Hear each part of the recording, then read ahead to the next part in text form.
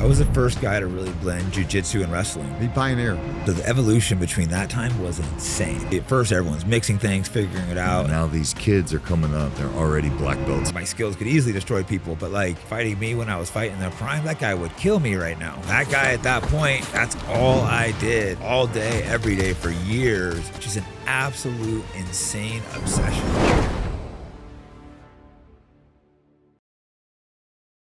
All right, what's up, guys? We're here with the YB Norml podcast. We're using Jake Shields' studio for his Fight Back podcast, doing an interview with my good friend Jake Shields. What's up, Jake? How you doing, brother? Just chilling, man. Good What's to up, see you. Jacob? I see you all the time. What's up, brother? And first time. First time meeting. Good to meet you, sir. What was the name, by the way? Pete. Yeah. So, Good to and are meet you you. from Bakersfield? No, I live in Western Massachusetts.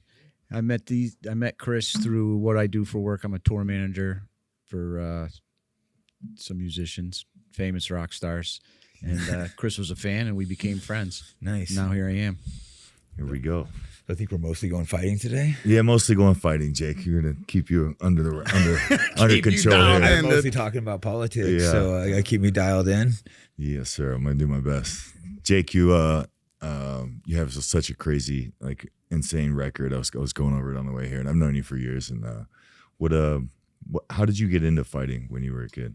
I grew up fighting a lot. Area I grew up with, kind of outside of Stockton. It's one of those areas where people just fought. Luckily, not too many stabbings and shootings, occasionally, but not a lot. But everyone was just always fighting, so I fought all the time. And then college, I was still a dumbass. And then I met Chuck Liddell, and we know Chuck. I seen him, imagine if you didn't know Chuck and you saw him, you'd be like, look at this cornball with like his mohawk, his tats. I'm like, oh, this dude's cheesy. He has Campo. He was wearing like a Campo jacket. I think I ran into Taco Bell. I talked to him. He's like, come out of the gym. I'm like, oh, dude, I'm going to fuck this guy up. Not realizing he's a badass. He's just so cheesy. I can't wait to go and just destroy this dude. It's going to be so fun. Went into his gym, all like cocky, dress up, be like, get in the cage thinking that I'm just going to dip him on his head and beat the shit out of him. Go in there and shoot. And he just fucking sprawls, heavy ass hip. Just boom, I flatten to the floor, get back up. He starts tagging me, shoot again, sprawls. I had no idea he was a high-level college wrestler, and he's like 40 pounds bigger than me probably. I was just pure wrestler, no striking. I'm like flailing at him. He's moving, circling, keeps hitting me in the body. He was hitting me decent in the head, but he wasn't trying to knock me out. So I'll give him credit there. He didn't try to knock me out with a headshot. He could have. I think he just knew I was so not his level, but he started going to the body, and he hit me with a liver shot. And then I just go, put my hand down. And then I thought he was going to kind of back up, and then he just went after me like 7 liver shots, and I was just like on the ground laid out, and he looks at me all pissed off. Like, don't ever show you're hurt. That stuck with me forever. I never showed I was hurt in a fight. I remember being hurt and thinking, Chuck Liddell, don't show your, because he just got so mad when I showed I was hurt. I seen his eyes light up, and he just fucking killed my liver. It shocked me just to see, and just the anger it gave him when I showed that I was hurt. I'm like, this guy is pissed, and he just fucked me up for sure. The fact that he was deeply insulted that I showed him I was hurt. Right. And that stuck with me. And then I asked him to train him. If he trained me, he's no. So I'm like, fuck. So then I can't bother. This guy just beat the shit out of me. Now you don't want to train me? How am I going to get better? Right? Yeah, but I was a little pest. So then eventually he's like, all right, you can shadow me. So I shadowed him for like maybe 3 months. And Chuck doesn't really say much. Chuck, he's just quiet. I think this guy probably hates me. But then I think it was a call, not text. He called. I got to see Chuck calling. I'm like, oh shit. He goes, yo, I'm heading to Big Bear. You want to come with me tomorrow? I was in LA with my girlfriend at the time, and I'm just like ecstatic. So I jump on the bus, ended up breaking up with her because she flipped out. We were on vacation. Jump on the bus, go back to Chuck. We go out to Big Bear. The Fertitta brothers had just bought it. Dana White was there. I had no idea who these people were. Tito Ortiz, which was the biggest star back then. It was just all these fighters, and I was just like, wow, I'm here with like all these studs and doing well. I wasn't quite at their level, but I was doing really well with these big UFC because I was a really good wrestler. I was picking it up quick, picked up jiu-jitsu really quick. I realized like, I belong with these people. I'm not quite ready for them, but like in a couple years. So that got me just hooked, and Chuck was a great mentor. I would never call him a coach. He would show me a few things, but Chuck's just not really a coach. And he made that very clear from the beginning.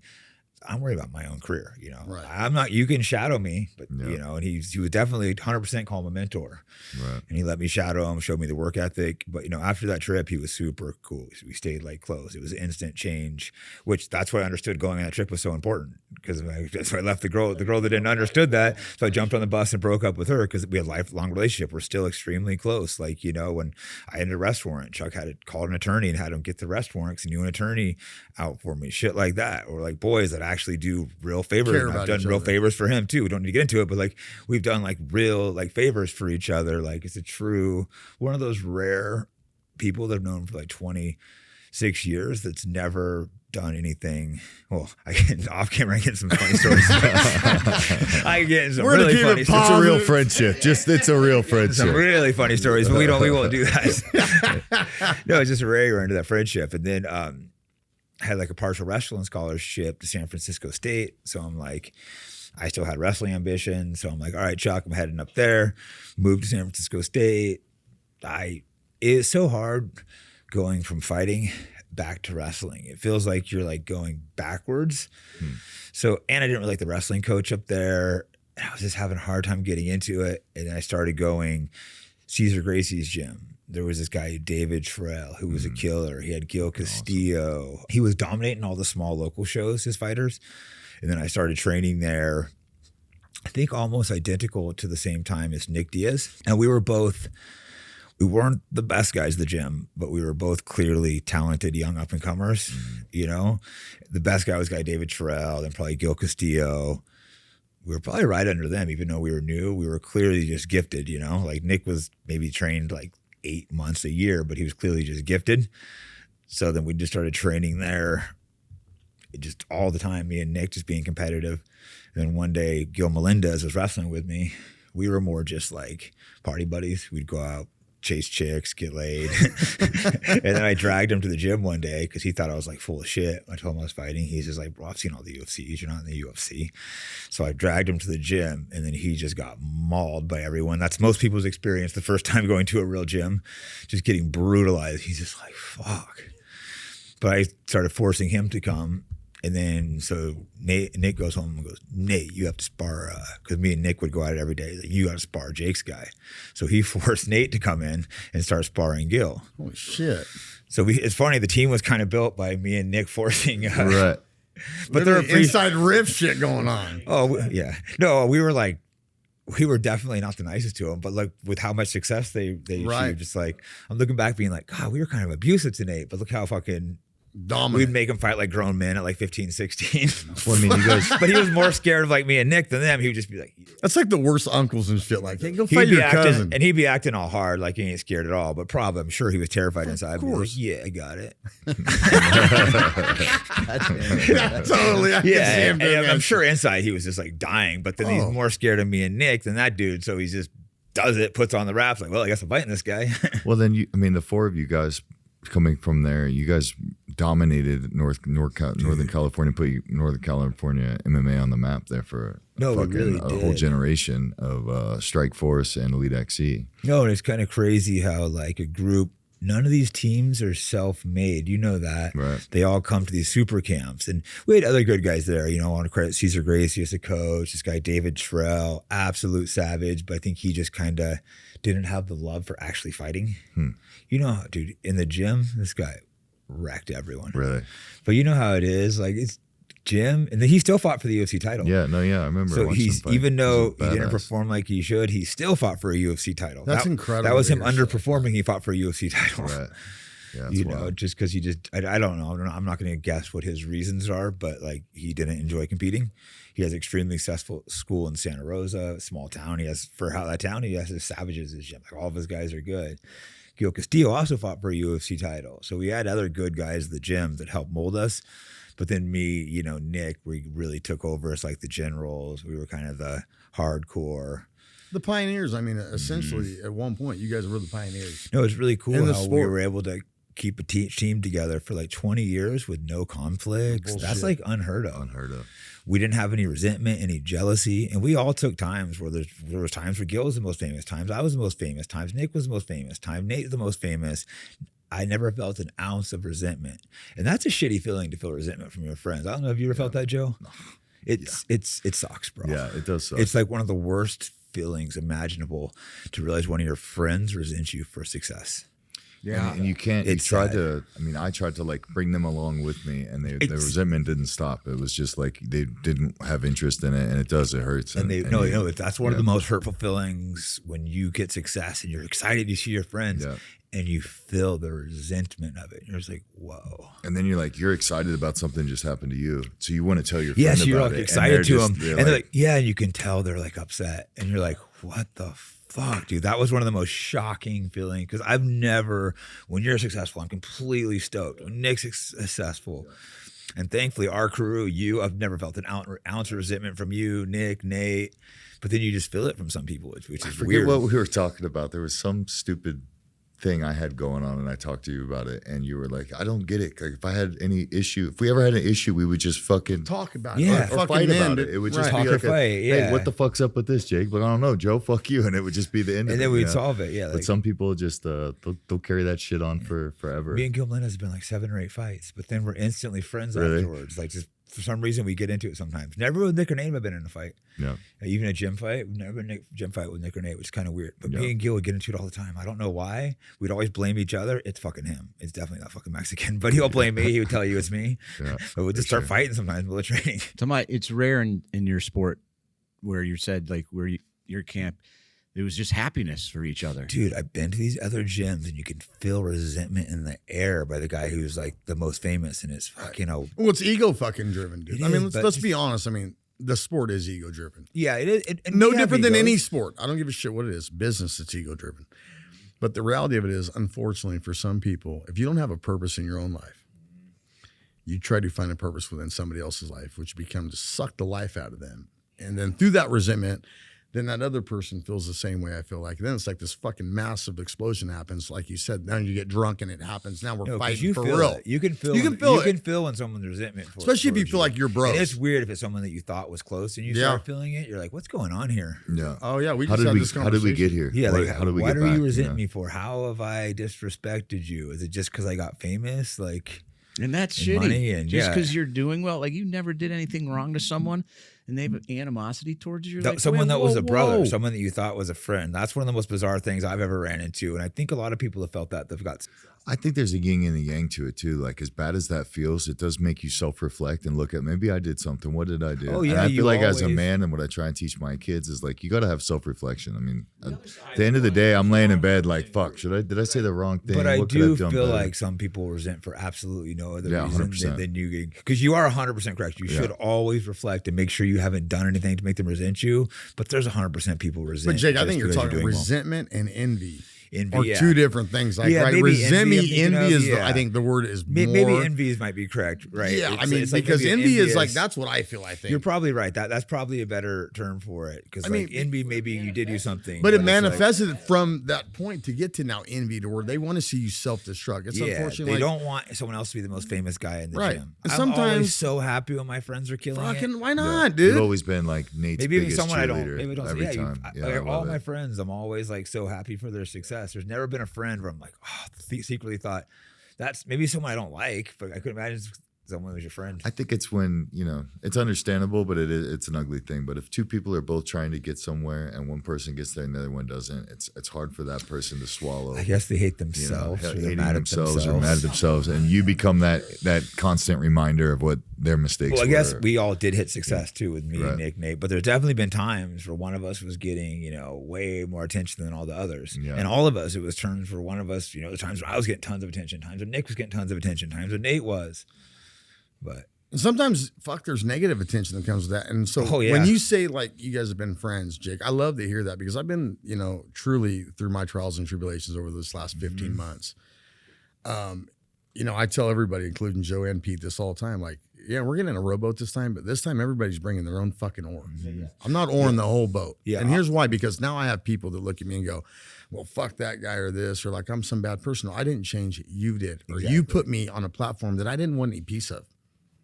And now, I would be rather just left the fuck alone with negativity in my life, because that resentment does turn into envy, and that envy turns into betrayal, and then that other groups form. So for 26 years to have that same group of buddies, That's good crazy. and bad publicity to say we're fucking here but together. I've never once That's what said we a want. negative word about one of them. I'll have a publicly. I've had private conversations where I say something negative to all of them. But publicly, I would never say a negative word. And that pisses me off too, that people just publicly bash their friends when it's trendy.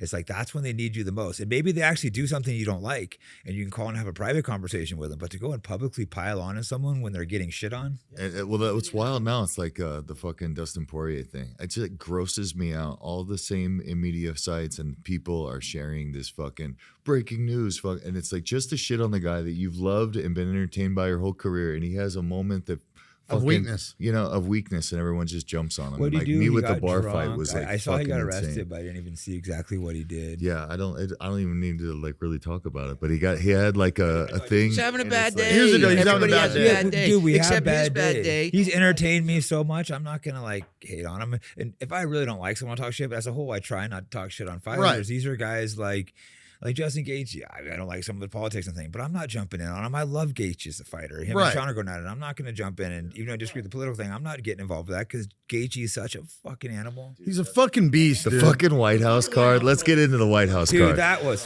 fucking epic. My fucking expectations epic. of the White House card were like this big. I was like, oh, it's gonna be a fucking a cool event at this thing, but I wasn't that God, I excited loved about it. the fights. I couldn't have been more wrong. What a fucking night! I've been in the fight game like I don't know, my whole fucking life. Both I'm of not us, gonna I'm not gonna age myself. Yeah, let's not say how long we fought. But it has been. I can't remember ever being like fucking almost high the next day The whole after the night, I fight, was thinking about it. It was Fucking like, insane, dude. I rewatched it. It's just Just incredible. the look of it all. And like, it's like, let's just keep politics out of this. That's Yeah, kind of what I 100%. felt. That's what like, we do people here. wanted to like with Unite. the fight card. It's like I do get involved in politics a lot, but I'm like, this is my livelihood fighting with it for so long, and seeing it from an Indian reservation to the White House. I don't care if it's a left, right, Obama, Trump. That's fucking awesome. It's amazing the shit we got to witness. Not only that, I loved it. They brought out fucking Carmichael. And they brought Pastrana. It was like, dude, you brought out dudes that we all grew up in. Like, grew up with the guys doing the crazy backflips. It's like, could you imagine our was founding just fathers epic. taking fucking backflips on the Dude, White House dude. lawn? It was just Holy fucking- shit. And then Gaethje's post-fight fucking comment or whatever, they're like, oh, I think you were a 6-1 underdog. And he was like, I'm American. And 250 years ago, America was more than a 6-1 underdog. I was like, fuck yeah. That's why like people want me to talk shit on Gaethje and the Sean thing. I'm like, I'm not talking way. shit on Gaethje, bro. There's no way Sorry. I'm talking shit on Gaethje. I will Unless he never. personally insults me, no way. This guy is an absolute savage Epic, bro. American hero. Fuck yeah, And dude. I bet on him too, bro. I did too. Fuck And yeah, just- dude. I can't believe the disrespect of Yeah. 6-1 underdog with Yeah. Gaethje, bro. I agree. Yeah. He's not coming off a loser streak. This guy is a killer. Right. And I don't get me wrong, I had Gaethje as an underdog, but like 2-1. Yeah. I saw that 6-1. I'm placing that bet. 100%. What I'll do, I'll make kind of rough odds in my head, and I'll look at the odds. If something looks way off, then I'll place bets. It has to look way off because the bookies are fucking good and they charge you the fee to play. but 100%. I've been doing good, on Sean, that one. Bro, credit where credit's due. Gaethje's coach between rounds was the best coaching I've ever seen in any of my time watching in the UFC fight. It was so fucking good. What was he telling him? He told him, well, when I was watching the fight, Gaethje had like his back foot like just like nailed to the floor, and I kept thinking when he would go to throw, it was like his back foot was stuck. And I know now looking at it, it was his he coach was keeping holding him from back fucking to stay out of walking that in. range of that power. Because Topuria is the shorter guy, and that's where Bronze fucked up. Is he came forward. So Topuria's whole goal is to pick at you, back up, then let you come. Once you come, now I have the shorter guy has He the wants you ability to to come land forwards. on the taller guy. You nullify the reach, and fucking Gaethje's coach fucking had him. That back foot was just stuck in the couldn't let him Concreted move, in, so he dude. couldn't do that, and then it made Topuria keep coming in, and then I think it was like second round. I'm watching the fight. I'm like, why isn't he not throwing leg kicks? Why is he not coming forward? And then once he started breaking him down, he's like, okay, now start ripping that leg kick. He forgot about it. Keep it. It was just Once he had a little of the power. usually I'm the guy watching the TV, and I'm like, the coach is drinking his water. He's fucking patting him on the back. He's not saying shit. Some of these coaches, they're like say a whole lot of nothing, and the It's guys true. A just lot like of these gas, coaches are eyes saying and nothing. just fucking open eye. Like, what the fuck am I supposed to do with that? But with stand-up, Joe's it like was- a true master. We should do more commentating together because your stand-up knowledge is so deep You see things other people don't. And my grappling knowledge is just so much beyond these other commentators. It's like your stand-up knowledge is just like levels above. I appreciate that, Jake. That means a lot. No, I sure working wish with I you, could have I'm put it to use in my MMA career, but my No, kickboxing career is pretty good. No, work with you. I'm like, dude, I wish I would have worked with you when I was fighting. Like stuff just like instantly like made sense. Like the small little changes. Like you can watch a video of you training Sneeko, who's who's an influencer on my channel, and just like the changes you made in like 20 minutes of them are so noticeable. Yeah. Well, let's talk about that was Pete. cool. I mean, Joe, you kind of neglect our guy over here. Yeah, Pete. I don't. I don't No, know your I'm saying, story. no, he's so, been yeah. asking. He's been asking for a freaking goddamn session. I here. said in my thing, we're seeing how he did. He broke Yeah, the yeah, bag. He did broke so my well. He bag. broke the bag. My That's his- power has become so intense that the bottom of the bag just busted and beans and corn went everywhere. The fucking O'Malley. I'm not a huge fan of O'Malley, but the fucking drops him. I'm and then sorry, the salutes, walk-off, dude, that was like shit was- so bananas, dude. Bro, in the White I House. would have hit the hugest parlay if he would have lost, but I also like O'Malley. Yeah. I used to not. But the thing is, I hit him up. I go, you want to come on my podcast? I go, but I talked shit about you in the past. I didn't want to invite someone on, then him see a clip of me talking shit. Right. And he goes like, yeah, no problem. And then I'm like, hey, would I let him know on the show talking shit? He's like, bro, like, look at me. Like, of course you would talk shit about me. Like, so like, this guy's funny. He's like, look at my face, my tattoos. I would probably talk shit about myself too. Yeah. And because, he was kind of giving some easier opponents, but that's not his fault. Yeah. That was me maybe giving envy or something of like Right. an You being a example hater. of Oh, his- reflection. Exactly. No, exactly. Again, he wasn't my friend, but it was Right. like a little, oh, why are they giving him all these easy fights? Right. But I then, get what I you're saying. reflected like, oh, I'm being a little envious bitch. Right. So it's like self-reflection. It's real quick. It's called just don't hoe check yourself too much. I mean, because we all get guilty of it. No, we're all. I mean, we all. I mean, it's just human beings, I think, in life. And it could be a split second Yeah. or a season in your life where you go, man, I wish I had that. And to even go back to the shit we were talking about earlier, people battle real addictions. I did 15 months ago. It almost cost me my life. So when I see these clips or something on somebody and how it's framed, it's like, man, that means something to me now. So you can be torn down with just one bad moment in your life. Oh, wanna yeah. make sure we drive And that they shit tear home, people apart. We are here one to mistake. fucking uplift people, man. We are a bunch of dads just like you. We are here to see the world evolve with how we grew up, what's right and wrong, what we love, what we're going to talk about. And it's just fascinating to me that people love to just pounce on those that are for a split second have a quick moment. Exactly. It's And sad, because man. we It's all, fucking unfortunate. like I said, I don't know what's the name's poor exact thing, but we all make mistakes. And people, there's certain things. Yeah, if you touch a kid or something, then I'm piling. No, in on you touch a kid, but fucking like get we all shot. fuck up. So that's why I'm usually not quick to jump on someone unless Right. it's something Who outrageous. in the world hasn't gotten too drunk and acted like a jackass somewhere? I never Just have. imagine the fucking, yeah, never, Jake. Hey, I was so good at it. The doctors told me, stop, you're going to die. Damn. So guess what? Fucking world champ. You I'm outdid dying. me and Joe. Yeah, it's nothing to be proud of. But at that moment, though, Jake, it's like reflection. You look at your kids and you go, hold on. If I would have died, my kids would have been like, they wouldn't have thought all these great shits about No, their father. that's- They'd have been like, my dad was a fucking loser. When you're a father, you have to really be like, I have to do better. I can't be the scumbag Yeah. I've been in the past. And we've Not been that around we're each terrible other people, but multiple times. And you see me, I don't drink non-alcoholic beers, man. That's what I'm about. And it's not so much that Oh, that's no alcohol. I thought you were having fucking a beer. no, not at all, bro. And not since I almost died leaving here last time 15 months ago. But Yeah. it's just amazing that, when God comes in your life, dude, how it changes and that purpose gets there. And so envy for me and all that is gone. Mm-hmm. Now you do put that perspective hat on as the dad. Now every decision I make. Having is on that. purpose is so important, like being a father, having something to do. That's why I started a podcast. I was bored after fighting. And it's like you have to like fill your time with something purposeful or you'll start going crazy. You'll fall into addictions. Right. Especially as so much of our life has been about chasing this fucking unbelievably hard, it's fucking never gonna happen, obsession, unattainable thing. absolute It's obsession. an absolute obsession, and it's all of us, all the high level fighters that we It's know hard. have that thing, and then some of the guys that don't make it, it's because they don't have that obsession. It's kind of what I was talking. So we're about. all a little bit crazy. Like all the elite fighters are a little bit crazy. You have to be a crazy period to be obsessed with anything like that. Yeah. If you want to be, or if you think as a human being, you can be the best at anything. I don't know who you're trying to fool, but it's a mental game and it's a fight within yourself to try to achieve that. People don't understand just the level of being in any school. That's why someone that's like a best world or something, I would never I would never even pretend like I stood close to a chance against them. When people act like they could fight, it's like, bro, you are just so delusional. The level, people don't understand the levels of the shit. It's like when you're truly one of the best in the world or something, like right now I would just demolish with people. But me, like fighting me when I was fighting in their prime, that guy would kill me right now. Right. Like, there's no way I would fight that guy. My skills could easily destroy people, but like that guy at that point, you know, it was like, that's all I did all day, every day for years. Just an absolute insane obsession. Right.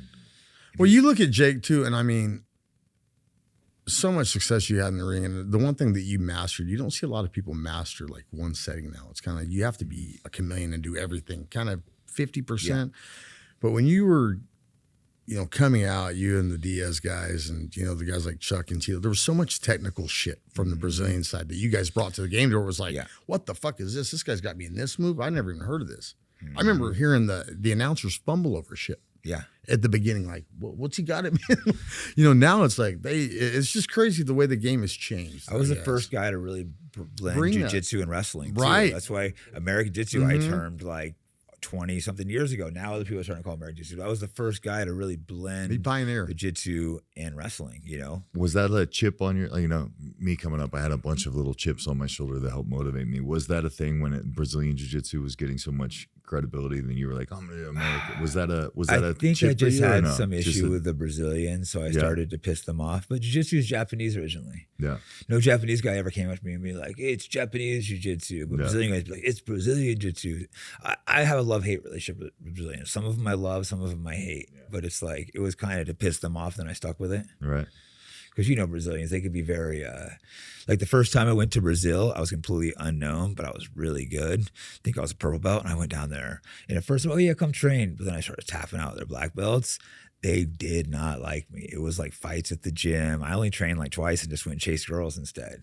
But then I went and won worlds, went and took third at Abu Dhabi as a purple belt. Then I went back and they treated me way better because they knew who I was. So I think it was just completely embarrassing that they were losing some unknown American purple belt. Once I was like a star in jiu-jitsu, then they treated me like way, way better. When did you start wrestling as a kid?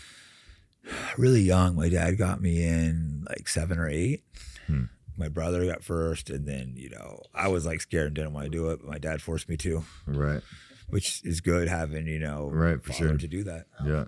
And then you went how far in wrestling before you got into fighting? I was good. We didn't really have good coaches where I was at, so I didn't win like states, but like we were in a small town where no one had ever even gone to state. So like the goal was maybe someday we'll get someone to state. So then I got to state and the coaches are like, oh, we already did it. Yeah. And then I think I went like 3-2 at state, but they didn't even have the attitude of like it was a possibility to place at state. After I went to state, tons of guys started going and then placing. It's like once you realize you can do something, it's like the belief. But like at that time, the whole goal of the school was to get an athlete to state. And California state's tough. It's like tough. There's only one tough, yeah. But then I went to college, wrestled there, placed in, you know, 3rd junior college, and then went switched to the 4-year school. But then I didn't really want to wrestle anymore because I was like wanted to fight. So I was a good wrestler, but never achieved like the elite. So I was really good, but not like the elite. Was never a national champion. Was never Olympian. I was a better fighter than wrestler. And then you went 6.5 years undefeated. Yeah, I think 7, maybe 6.5. I think it was 7. Yeah, I think so. It could maybe I'll look. Maybe I'm off. I thought it was 7, but it was just that was a crazy. Or my math was bad. You know, one or the other. But you looking at the guys you beat was like. It was that's what people always say. That's what people always say to fighters because when they have no comeback, you've been hit too much. Yeah. Maybe. But no, the streak was insane. Like you're saying, like it's just like the Rumble and the Rock tournament. Unfortunately, I was supposed to fight Anderson Silva. He got disqualified. Bullshit. But in that tournament, I bet Yushin Okami, Dave Manet, who was a UFC champion. Monster. And Carlos Condit, another UFC champion. So this is a 8-man tournament in Hawaii, bro. Fucking two UFC. Anderson Silva was in there in the tournament. So 3 UFC champions were in the tournament. Like winning that was like insane. Epic. I feel like we went down this road with Tim Sylvia too, when we were talking to Tim, and he was like, back then when the Pioneers started, the original OGs of this shit, it's like there was 10 dudes in the weight class, and you fucking fought dudes 2 or 3 times. There was wars. Yeah. And between all the fights, Gilbert Melendez is like bounced to talk on chicks. I was pissed at him, but they were hot. So I wasn't that pissed. Like, okay, they're hot. I was in the back, all bloody between fights, like because I had some wars. Dude, Carlos Condit had 2 easy ass fights, and then I had some wars.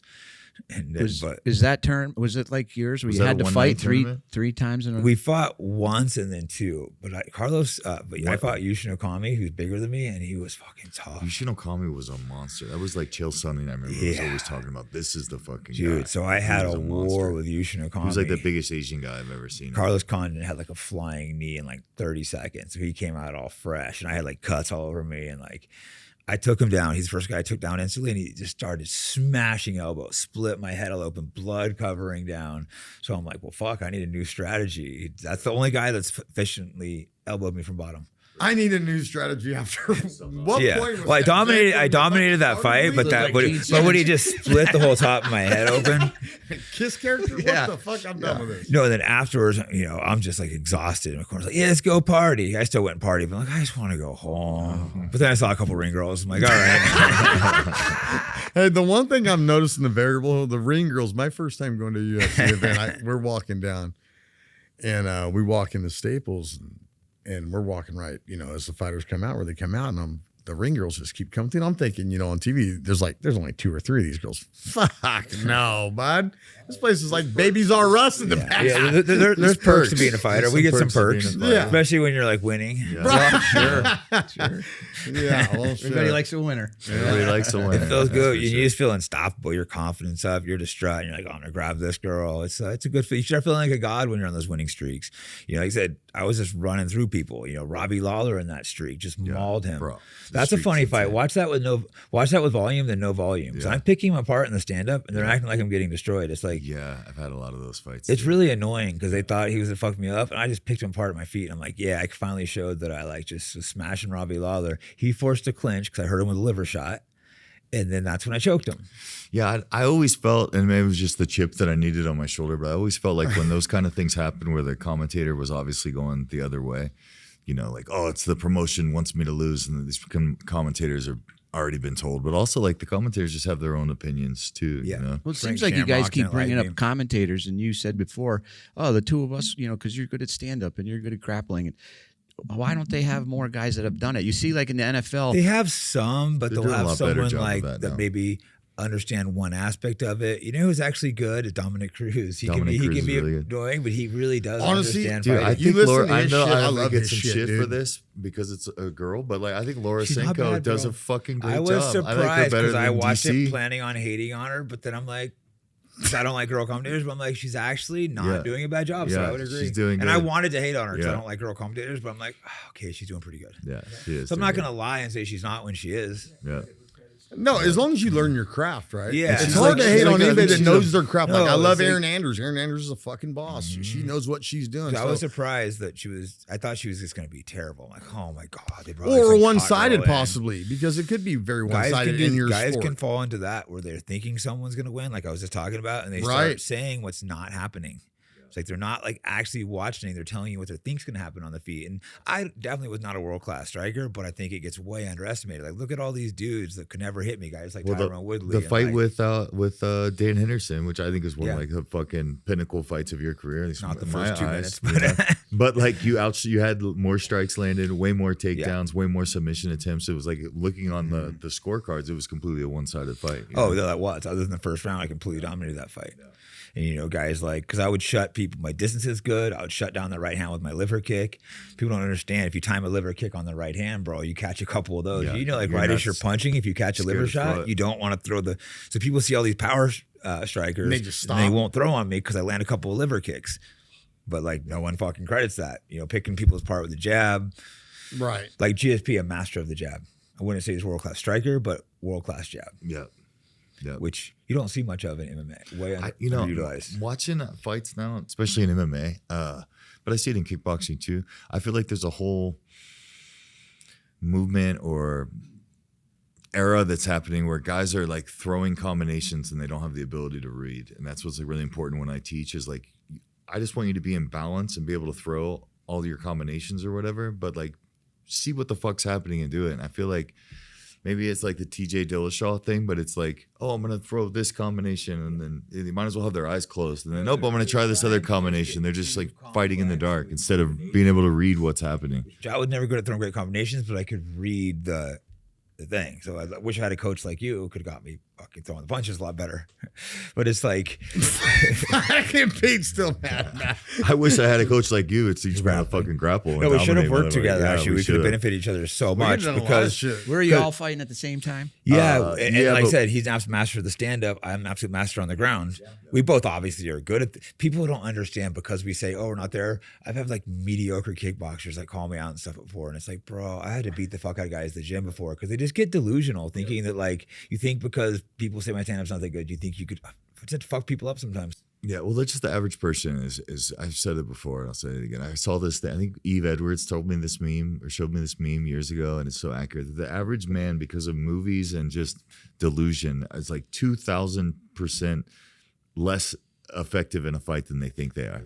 They think, oh, I'm gonna fucking bing, bing, bing, and I'm gonna hit this guy, and it's like they have no fucking idea. Well, it's like how we're saying, like, oh, you're grappling not world class, but you'll just destroy regular people in grappling, regular people that do it. People don't understand when we say it's not the elite of the world we're talking about, not like. No, I think that's the issue. That people, when they put shit in perspective, they're like, "I'll fuck up my neighbor down the street. He's throwing the party, right? He's throwing the UFC party. And I bet you we've been having some issues. I'll whip his ass after I watch a couple of these fights."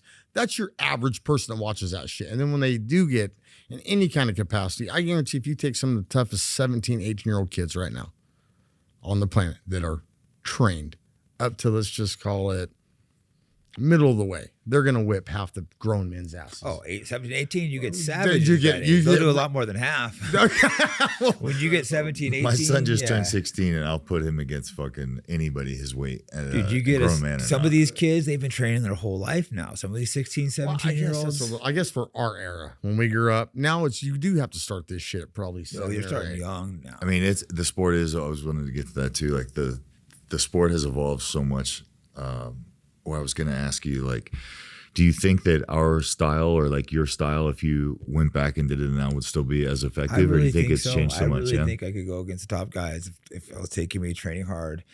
And obviously I can make small adaptations to what's happening right now. Right. I would look and watch small changes, but Yeah. I think the ground has been underutilized because the UFC is so heavily pushed striking. Yes. I still think I would maul most of these 70-pounders. Not right now out of shape, but if if I could go back a few years in fucking shape, I think I would maul these guys. Because, look, the guys that are dominating a lot of times are the grapplers because the UFC doesn't push. That's why you have like Islam, who's been champ forever. Khabib even. Yeah, now guys like Topuria is savage, but he has a good grappling too. He probably messed up by trying to use his grappling against Gaethje, but like I just think a lot of these grapplers have not improved. Do you think the striking's improved? I think it's evolved. I don't know that it's improved. It's just so different. I still see the same mistakes and the same lack of technique. But I think like, jiu-jitsu might that have guy gotten Rufy, worse. that guy Rufy, he fought on the Rufy, the Brazilian guy. He fought on the White House guard. Who did he fight? I Murdered missed the first Chandler. couple fight. Oh yeah. Oh, that dude's fucking a That guy was like his style. Dude, and he's his, a problem. His dude. thing is a real fucking problem. He's Like a real problem. fucking problem. But his overall, how calm he is in there, and just, I mean, he gassed out Chandler just by walking him down. Just walking him down, Chandler was already like, "Oh God, fuck! What am I gonna do?" And then, the spinning heel kicks and stuff. I think that there's been a little definitely- evolving, there's but it's not definitely an evolving like it was because evolution.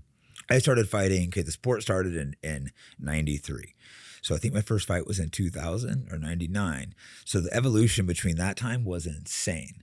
And when I started fighting, though, there was still just massive evolution between like 2000, 2010. Then it started slowing. Now it's even because it's, obviously at first everyone's mixing things, figuring it out, and the evolution's kind of slowed down. It's still, they are getting a little better, of course, but it's not. I think that it's evolved to where before it was, you had one style and then those guys started mixing them. And now these kids are coming up, idolizing, and there's a million gyms on every corner. We're like, these guys are getting into the UFC and they're already black belts on the ground. They're already, high level wrestlers, and they have decent kickboxing. maybe it's not the Before it 16 was or like, this 17 guy has kids. just kickboxing. This guy has just whatever. Is it gone more striking because That's what it's the mo- UFC it's- heavily pushes you to be. because That's it's like more they're of a saying, battle? Like more when people wanna guys see are on the knockouts. ground, they're just rubbing More on people each wanna other. see And plus, knockouts. there's more And- incentives for the fighters to get money for the Yeah, so they knockouts. So, they the heavily knockout of the push night. So knockouts. what now? I mean, this is a question. Why? I mean, because when you look at Jake Euchre and the Brazilian Jiu-Jitsu coming up in that and mastering that craft, Yeah. it's like, to me, the technical side of that, I was like, okay, yeah, you get knocked out, you get the extra $50,000 bonus. But what if you get technically put in a position to where you're submitted in a fashion that's maybe got a 5% chance of getting out of. Should that person get an incentive? Then you maybe see that. They have submission bonuses that, too. okay. Yeah, they do have submission. They have submission of the night, knockout of the night, and fight of the night. So they do give percentage of that, but they do heavily push for knockouts over submissions. They still do give bonus. It's no different than NFL, right? We want to see touchdowns, not fucking defense. Well, you want It's to like see home penalty runs, on not every singles. play. Exactly. You know So what I mean? striking's way more heavily pushed. So I think the grappling's actually maybe gone backwards a little bit, and the striking's gone That's up what a I little would bit. say too. That's what I'm. Yeah, and I think that it's you got to give credit to the matchmakers, especially for the White House card. The matchmakers. Unfortunately, every fight. Everybody is good in the UFC. Everybody's good. Everybody can win or lose any fight. If you matchmake the right guys for the right people, you're gonna get the results that they're looking for and make it really close. I think there's a pretty big gap. They can do that. Everyone's good, but there's still a big gap between the top 5 and the guys that just got signed. For sure. The gap's big. But in that top 5, you can make the matchups that are going to be the results you're looking for. But they have some pretty mid guys. Like Mike Jackson fought in the UFC. He was like a girl when I threw him on the ground. Like, I've had sex with a girl stronger than you. I've seen it. Well, I only beat his ass because he was in the UFC. I couldn't let a UFC guy disrespect me, but it's like it almost feels like fighting a child. Like, yeah. That is. I don't even know. Well, if you're saying that about that guy, then how is he in the UFC? They signed him because they wanted CM Punk to get an easy fight, but then he beat CM Punk still. And they kept him for a couple more fights. He didn't belong there. He's like a worst case scenario of a UFC fighter. So he was going to be the speed bump to be like, hey, by the way, talk this shit, boom, get out of the way. I wasn't training at all, and I seen him and just chucked him on the ground. And because we agreed to fight on site. And then he like pressed charges, tried suing. Like, how does that happen? Yeah, how do you agree to fight on site and then be like, no, I don't. He goes, oh, no, let's do it in Houston instead. I'm like, dude, we already agreed to fight on site. Like, what are you talking about? That's the keywords for the on site. On site, yeah. That means and if we're in the him moon. being another UFC fighter, I just couldn't let that slide. Yeah. He was hitting the head too much. Well, when we go to the moon the next 30 fucking years, maybe you guys can do back up. Right. But the district attorney, the detectives didn't want to press it. He like kept calling him, trying to get him to press it. They're like, bro, this guy's an idiot. The detective was like, this guy's a clown. Then he tried filing a lawsuit, but the attorney ended up dropping after realizing what a clown he was. At first, he took the case, then I think he looked That's into embarrassing it, like, as just an adult and as a grown Well, he was man. insulting like my race and shit. He's just like, fuck snow roaches. I'm gonna kill snow roaches. I'm the exterminator. Where was the media at then for that shit? Yeah, and it's like, why would you blatantly racism for no reason? And it all started over you complaining about trans in sport or some shit, right? Yeah, it was I like don't even remember, to be honest. Probably I some think he was like stupid defending trans. What is Twitter what's there the fingers. new thing now? The transers are fighting trans. The men fight the The women. men fight the. Yeah, this is real shit. Someone that's born a girl will never go and fight the men's division, but if they're Never. born a girl, that right there tells you. Yeah. See, this is something I called out early because as an athlete, I know how insane this is. If you spar a girl, we're playing. Dude, you can't even hit a We're girl. just like playing, like laughing. There's always a guy at the gym that spars the girls. Like, if you're the guy at the gym sparring the girl, maybe you want to find a new career. Right. Go sell insurance. With Like they're using to Jake spar from the fucking girls. State Farm. What's that say about you? Well, I think That is pretty pathetic. Masvidal did a podcast and somebody asked him about that, and he was saying Amanda Nunes is the baddest girl on the planet, and when she spars at American Top Team, we have to find a guy that's not that even good. in the UFC, Like and that then tell and her- the won't kid? try to hurt her. So you have to find guys that aren't trying to hurt her. And every girl knows this. No girl athlete's going to argue with it. That's why you don't see that when I go after this. If you don't see none of the girl athletes ever, they all thank me privately. They don't want to publicly get involved, but they all thank me privately because they know they have zero. I can fight 100 girls in a row. Maybe not all at once because they could dogpile and beat my ass. I mean, it's not even just fighting. It's like what was it? The Serena Williams. They were talking about her fighting. She'd be ranked like a 4,000 teenager beat her or yeah, something. it was like she got her ass beat by like a guy that wasn't even in the top 20. This isn't even or whatever, disrespectful to those girls. This is I know the Just difference. the So reality. they try to tell us.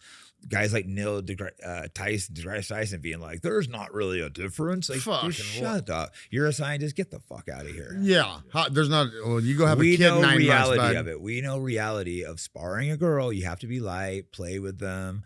Like when doing jiu-jitsu, I let them put chokes on me, arm bars, and I escape. It's like you're just playing. It's when girls will get hurt, it's when someone's not that good, and the girl starts doing good with them because it's a really good girl, and the guy like slams them or something.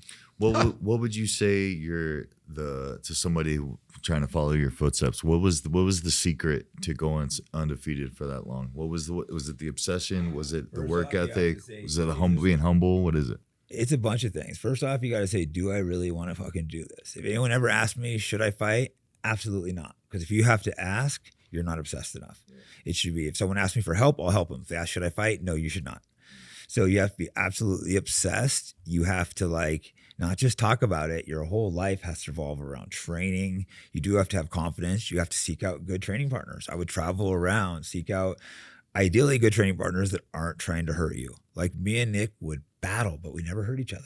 That's kind of crazy. We never hurt each other and just battled that much because we were also looking out for each other. If one of us was a little hurt, we'd pull back instead of try to finish him, you know, like, and that's like important, you know, like if we're sparring, we never sparred hard, but I'm sure if one of us clipped over each other or something, we'd probably pull back a little bit. Wouldn't stop it, but it'd be like, you know, if you clip me, you'd just probably pull back, ease up. Or if I dipped you and fucking hit you a couple times on the ground, I'd be like, oh, he's a little stunned. I'm going to pull back, you know, because these are the things, and we wouldn't even talk about it. It's just, you just do them because you're looking out for each other. It doesn't need to be discussed and stuff. You just realize like, oh, he got slammed or he got hit. You got to pull back on him for a second. And that's something I don't think you see at the super gyms, which seems to be the whole thing going on right now. They try to hurt you when you're stunned. And that's something for me because I was so good. Most people I'm running through have an off day or something, they start trying to hurt me. But, you know, sometimes I would like party all night, come in without sleep, and you see all these guys get like, oh, I'm going to get him now. And it's like, oh, I'm still going to start you. Well,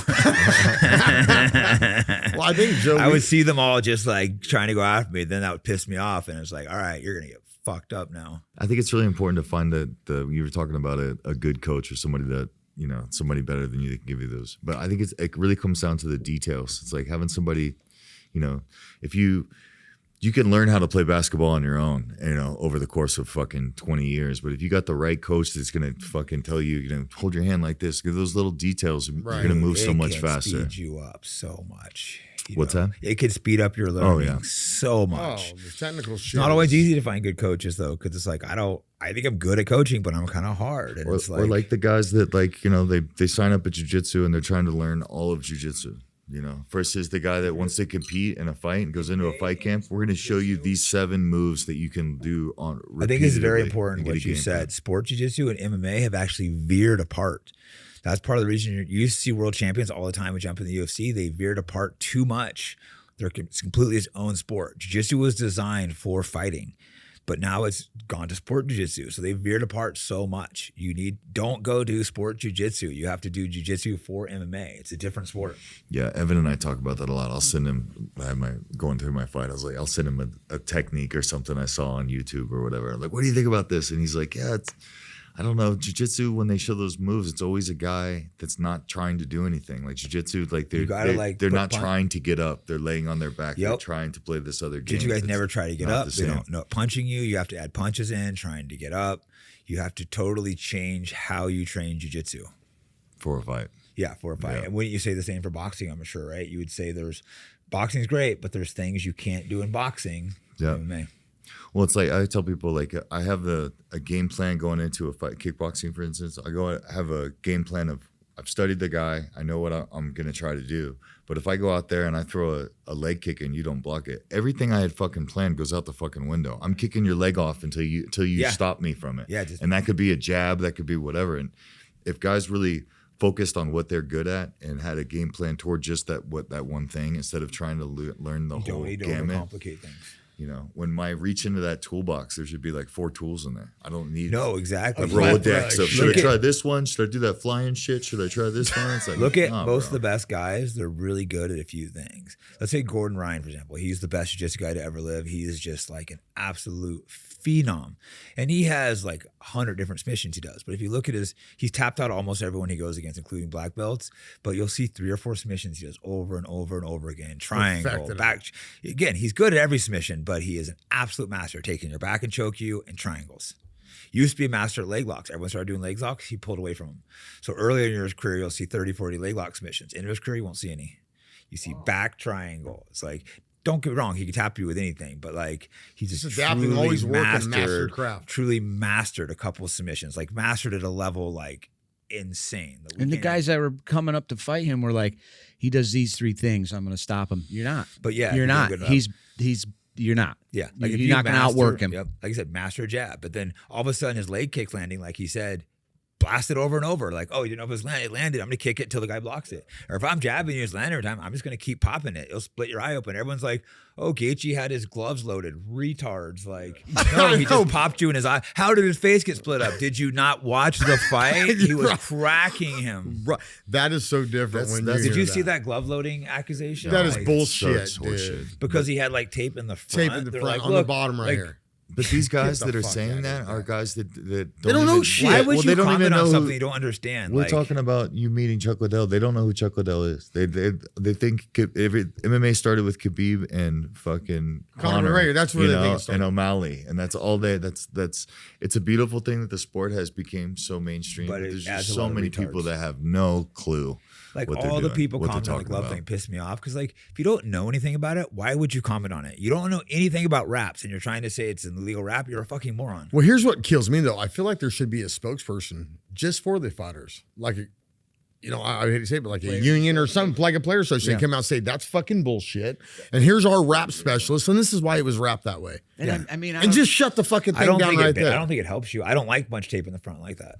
No. Because it's not like you're holding quarters. It's just more tape in And the that front. they could have been like the piece of tape that got wet and rolled down, or the thing, or maybe if Topuria had his hand in his glove and it pulled his shit loose. It's like so. Because it silly. should typically be taped together, but the way it was done did not benefit him. It probably got pulled apart, like you said, or something like that. Almost maybe he got loose or something. Where his How hand would got it loose. make any difference on the inside of your hand? He's when he's hitting you right in the tape. button. It's not even putting quarters. It's like I want less tape inside my hand, to be honest. when you're getting your, I don't know, when you're getting wrapped up, is there an official? Yes. Yeah, so That's the thing, right there. Because like guys like us understand it, but then guys that don't, like I said, you understand you don't know much about rap, so you wouldn't go comment like on Twitter. And This then is right illegal there, rap. you answering, there's an official when it's happening. Unless that guy's in cahoots. And there's still, I mean, that could happen. I'm not saying it couldn't. There was a boxer who turned his gloves into casts. Remember that? Yeah. He like cast them. Didn't he kill the guy? Could, Didn't he kill a guy? I don't think he killed him, but he like fucking ruined his So career. obviously you should look at Panama raps, and Lewis, they I believe, do, was his, but it's like, and there are some like gray areas with the knuckles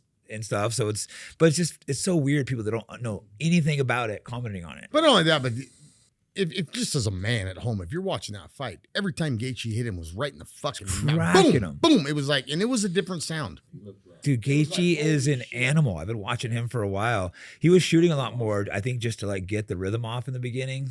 And we did that fight companion thing at the bar that night with when Gaethje fought Patty, and Patty's face was fucked up, and somehow we all like just kind of forgot about it until Topuria's face, like, bro, every round it was like dramatically getting more and more fucked up, and then I wasn't surprised at all. It broke both orbitals and his nose. No, I've been watching him for a while. With quarters, and fuck off. He is just a savage. So He I is. couldn't believe the disrespect of a 6-1 underdog. I thought for me, being an American veteran, and just I remember He I had to looked go for America, yeah. I looked at my dad and I said, could you imagine him walking out of the Oval Office? And he walked out, dude. I mean, my hair is standing up on that. I mean, I'm leaking in front of my kids. I'm going, this is the shit I fucking went and fought for. Fuck all the politics.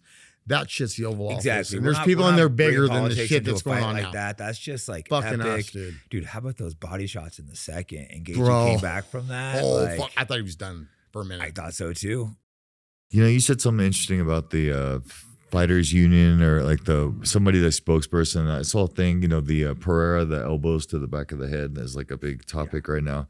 And somebody, I forget who it was, had posted, you know, there's all these videos out now of Herb Dean justifying what his thing was, which is not anything I've ever heard backstage ever, that it's this one little strip. I've always been told it has to touch the ears, you know. But To there's me, it looked like a foul. But there's no, you know, even if Pereira tried to overturn it or whatever, and I've had to try to overturn things in the past, there is really no spokesperson for the fighter. It's always for the commission. And once the commission, you can prove beyond a reasonable doubt that the strikes were illegal or whatever, and the commission will never overturn it, because the moment they do, it sets a precedent, and now that's whatever. So there's never been in the history that I know of the commission has ever gone back and been like, you know what, we fucked up. We're gonna overturn Dude, I had that. such Never a that. ridiculous fight with Paul Harris. I was beating the shit out of him, getting mount on him, That just was pounding insane. him. He took his thumbs, started trying to gouge my eyes out, and he was kicked out of the UFC for cheating. I'm telling the ref over and over, I should have just not answered the bell the 4th round, but I'm like too stubborn. I couldn't see. You could see my eyes were like torn out. I literally couldn't see out of either eye. And it's like he literally was taking his thumbs, just trying to gouge him. I thought about trying to gouge his eyes back, but I kept thinking, the ref's about to disqualify him. The ref's about to disqualify him. The ref's about to disqualify him. He did it like 7 times. Right. I was thinking about biting him, gouging his eyes out. I probably should have done that looking back, you know? Like I was thinking about spitting my mouthpiece and trying to like bite his fucking neck or cheek or something. But I just kept thinking the ref's about to stop it. The ref's about to stop it. And like that didn't get overturned. No, No, but didn't you get in trouble for hitting him after the bell? And then you're the bad guy. And then I went after him backstage too when he come and tried to shake my hand. It's just like, it was the most blatant. People don't understand how bad. They think it was like his fingers and stuff. It was the most blatant fouling like almost ever in a fight, and that wasn't overturned. Well, it's like when I look at it, my fight last 2 weeks, whatever, month ago. Thank God we can Yeah. fucking Dude talk about smashed this you, shit. just blatantly Finally. smashed you with his head. It was Unbelievable, insane. dude. Yeah. And when I saw that, and I don't know, like Chris was telling me, was he supposed to be immediately disqualified for He that? should have 100%. Fucking 100%. It's such a blatant foul that you should disqualify. And I watched some old fights of this guy. I think he was kickboxing and he was boxing. And he comes in and he Heads came in all and he the just time. Yeah, I was like, if this it's like guy if is it's cheating. a colliding head, it's you different. don't disqualify. This But guy if you, leads But with if you his take fucking your head. head and you smash, it'd be Yeah. instant. Yeah. Just like trying to gouge someone's eyes. From Exactly. If The rule- fingers go in, that's debatable. The rule Right. states disqualification is the ref's decision if it's flagrant and intentional. And then that was flagrant was as flagrant, fuck, intentional. and it was intentional as fuck. And If that fight's in fucking America, dude, it gets fucking called my immediately. problem isn't really that refs make mistakes, because it's a fucking lot. is a There's hard ton of job. shit going on there. It's the lack of accountability when they do. There's no repercussions. How many times do we see the same refs making the same mistakes over and over again? And the commission's got their back, like you said. They're always. not gonna. They're never They're gonna not gonna. return it. Even if the commission Dude, knows my that was ref, wrong. I can't remember his name, but he was the one Dana White was calling the worst ref ever. I didn't really know much about him. The commission actually, they never said anything, but they never used him after that again. I think they realized the foul was... This guy, what was his name? I think so. then No, Mazzagatti. not him. It was... Mazzagatti. No, I know Dana constantly called him the worst ref ever, but I didn't really pay attention to it. The Nevada, they never used him again after that fight. I had but they Mazzagatti. also, they didn't admit that the foul was so insane, and they didn't say that was why, but I know that was why. It was such an insane foul of such a crazy level. They fucking cut him and never used him, but they didn't like acknowledge it, their mistake. They just quietly got rid of him. They didn't like give me money for winning the fight. They didn't fucking like, I should have won the fight, not fucking, he should be disqualified. I should have got the win money. Like, When it's like they protect the ref's honor, so to speak, by protecting them, but like the fighters are in there like literally risking our lives. We're literally fighting for like huge amounts of money, and the ref has an important job, but like it's not even close to the importance of the risk that we're dealing with. And they need to for be the called refs out to when they make fuck these up. mistakes and then have no accountability after the fact, and then the world turns on the fighter. This guy fucking quit. It's like, no, dude. Fuck just you. smash You have no yeah. idea He what's was happening. trying not to go back to the same position. No, he that- was that was trying to my get a thing. punching. It was He's like- supposed to go to the overhook, so the guy's trying to get where he could fucking punch Fuck him. you. Yeah, I'm not You starting start a fight on my back, and we're gonna start with both of my hands pinned. The moment you say But go, you had I'm them wrapped, fucked. right? I'm Yeah. destroyed. That's a people don't understand fighting. That is a big difference. That's Yeah. not like a small thing. It's not even close. But like, so I thought it should have been a disqualification immediately. I look at Beltran, I'm like, fucking headbutt. And then Beltran's like, okay, yeah, I'm going to take a point away. And I'm like, you're taking a point away in a fight that has zero chance of going to the fucking scorecards. Yeah, there's certain fouls. It's like flagrant intentional. Like if you accidentally knee someone in the head in the ground, you don't. But if you know someone's down and you boot them in the face and you know it's intentional, it's a disqualification. Trying to gouge someone's eyes out with your thumb is a disqualification. But instead, he let him do it like 7 times. Kept saying like, "Don't worry about it. I'll handle you." Like, don't worry about it. My eyes. I can't see, I had like fucker. I'm supposed to be able I to had see what eye I'm hitting. damage Guess for like what? a I'm couple worried about months it. and worried about losing my eyes. Yeah. Like Pereira said about the Gone fight, he told the ref beforehand, like, hey, this guy fucking cheats wherever. He's like, don't worry, I got you. I told Mike Beltran Yeah, if you beforehand, know like, someone bro, this cheats, guy the ref cheats. He's should like, be- I got you. And I'm in, the headbutt happens. I have to tell the ref the headbutts happen. The ref supposed to trust that the ref saw the thing and decided, oh, it wasn't bad enough. I'm just going to take a point. if you So then we know go back to someone's the a same cheater- position, and he tries to cheat 2 more times, and the ref is, again, doesn't know the position. When he had my hands like this, Beltran put his hands on his back and asked, "Are you ready?" So I've been around long enough. He's going to immediately say go. As soon as I say ready, he's going to say go. Right away. Yeah, I'm going to get fucking blasted. That's like crazy to let. Well, I think what really killed that, all their bullshit over there. They showed one footage of that, the headbutt in Joe's fight. They didn't want to keep showing it. Oh, they showed it one time. They're like, "Oh, that ain't fucking good for this," because it was literally they're even with the mat and the camera, and you see this fucker's head go like that and down. I'm going, holy shit! You can't argue with that. You can't argue when he it's didn't gone hit up. you with the headbutt. And I'm like, well, if he tries to bite me, am I supposed to fight the rest of the fight worried about this guy trying to bite me? Like, what the fuck? He didn't give me that time. No, like biting, eye gouging, headbutting. And there's different, when I say eye gouging, sometimes people put their fingers out. That's versus like trying to gouge. And like, No, Jake, the fight you're talking about, I know the fight you're talking about where you're bitching like, I'm sure as a fighter that's frustrating. This guy was kicked out of the UFC because he cheated like 7 times or 5 times or something. Yeah, but unfortunately, the issue is what happens if it's the one time where he does blind the fucking guy. I literally could have lost who's my eye. responsible I really then? shouldn't have came out the 4th round of that fight because I dominated the first 3. And I think they probably would have overturned it at that point because it would have been clear that the first time that Mike Tyson tried to bite Holyfield, Mills Lane warned him. 35 seconds later, he lost a chunk of his fucking ear. Biting, you shouldn't get a warning off of. It's Biting stupid. such a flagrant foul. First off, you have to tell adult male.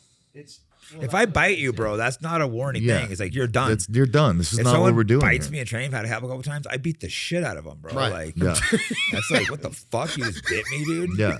That guys bite me like kind of like light, and then they realize they fucked up, and it's like, no, you gotta get fucked up now.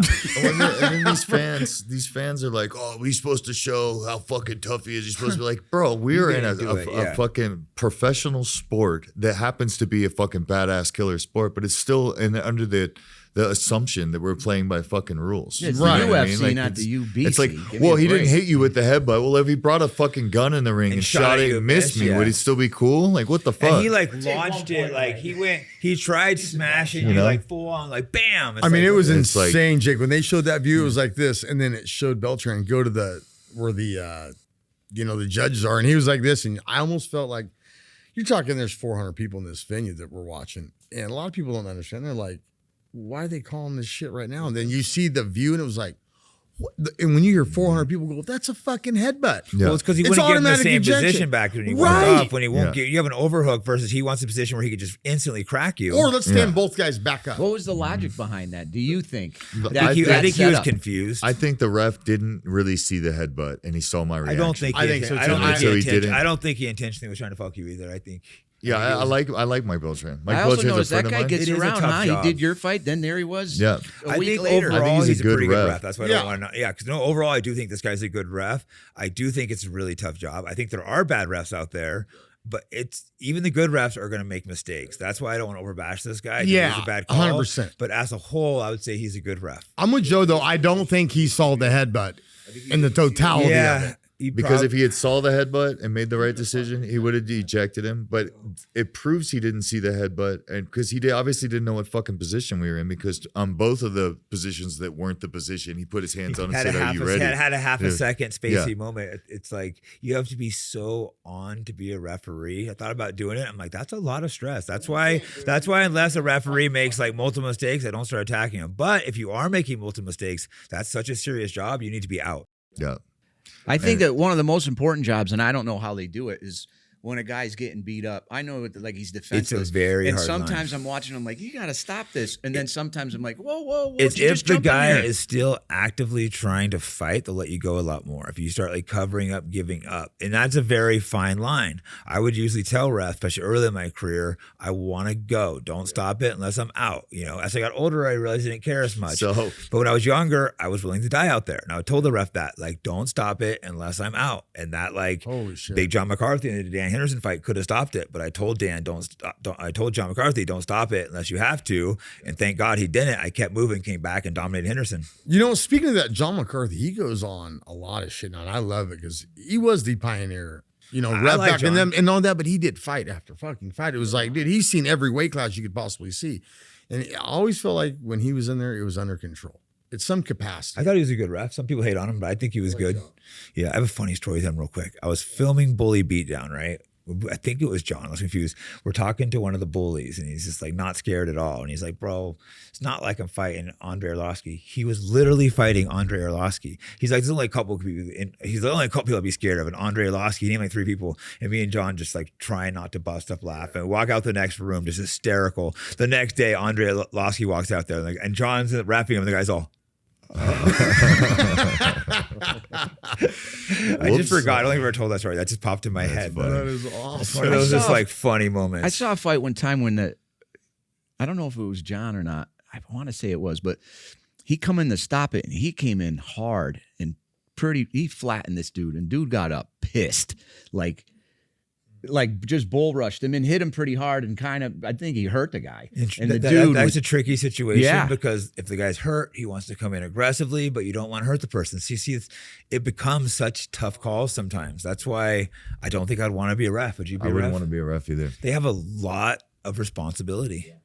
And like the Cain Velasquez, when he just fucked up Dos Santos, that was a brutal fight. But then he would be about to stop it, then Cain would like stop hitting. I still think they should have stopped that fight earlier. But I mean, it's a really tough job. I just wish that there was some sort of accountability from them and the commission. And they're so quick to defend each other and protect each other. And it's well, some kind of definitive description, right?